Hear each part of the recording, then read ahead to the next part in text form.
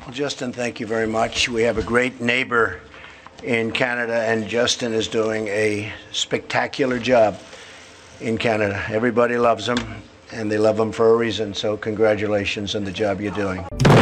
Make van life great again. JustIncredible.tv.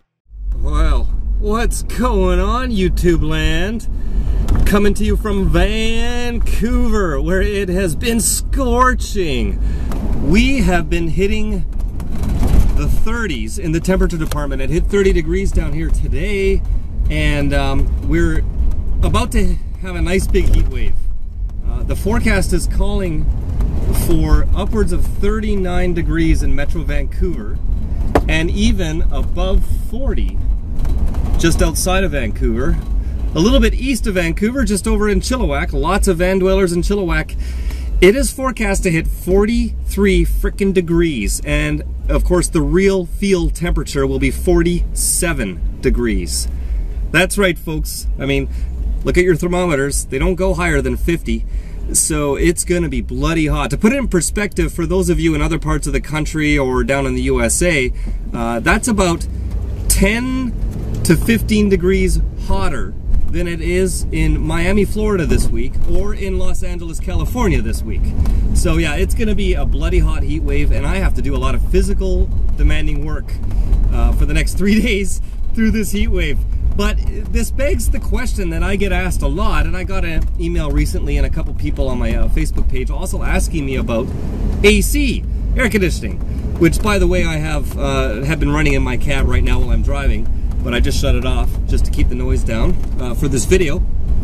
And whether or not I use it, because in my previous vans sometimes I had it and I showed it, and whether or not, the other question I get is whether or not you can run AC off solar panels and batteries. That's a very common question I get.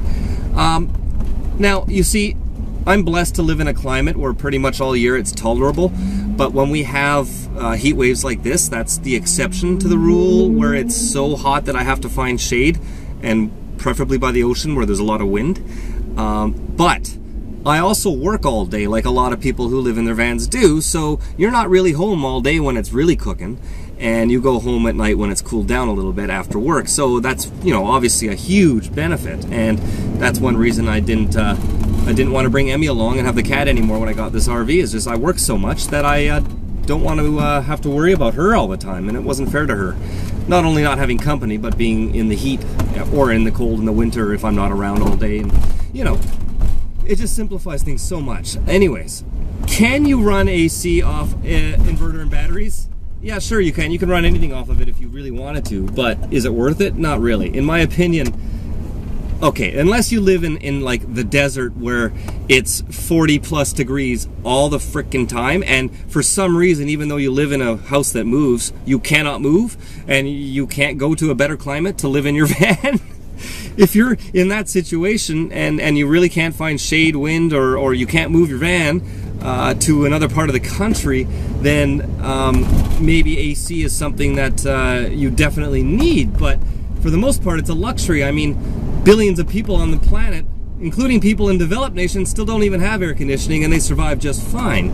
I have found that having proper ventilation and a fan and water is a good solution. It's been better for me. Now, my last couple of motorhomes, I've had AC, and I've shown them on some videos, and it's really just been to show on videos, because I really never really used it in real life. I used it maybe twice with my last van. Once was at a music festival where it was over 40 degrees at the music festival too, in the BC interior here, and I was in a open field parked with hundreds of other RVers, and of course I couldn't move.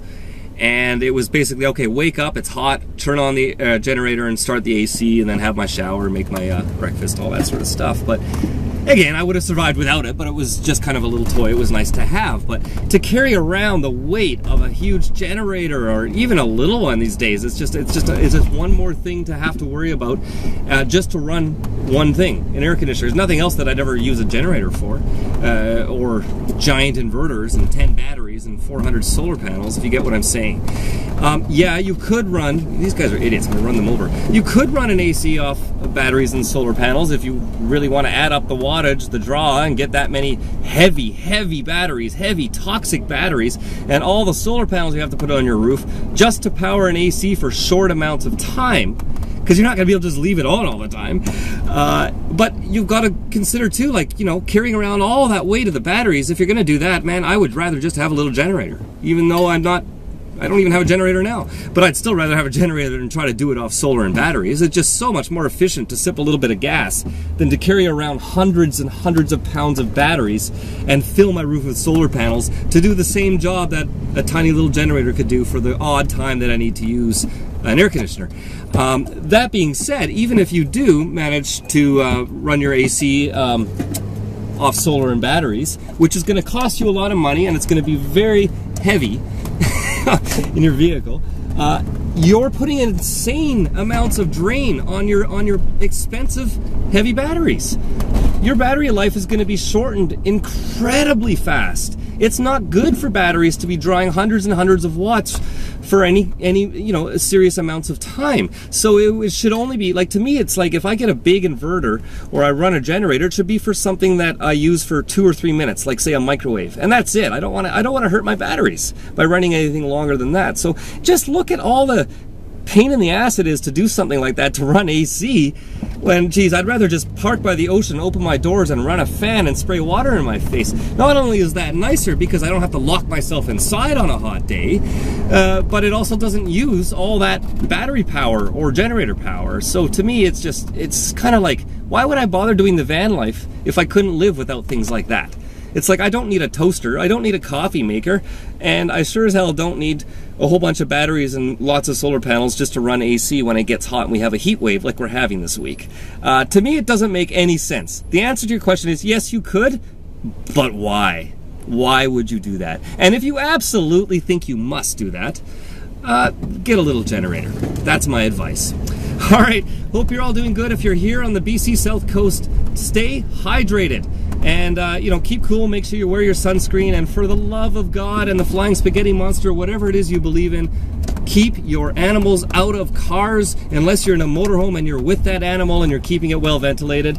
But I don't want to hear all these stories on the news again about pets and even, God forbid, children who die in hot cars with weather like this. So I hope that doesn't happen this time around. I hope you're all doing awesome. Besides that, I have an announcement for CamperCon coming up on the next video. Stay tuned for that. Keep on rocking in the free world, everyone. And I am going to go get some beer. Cheers.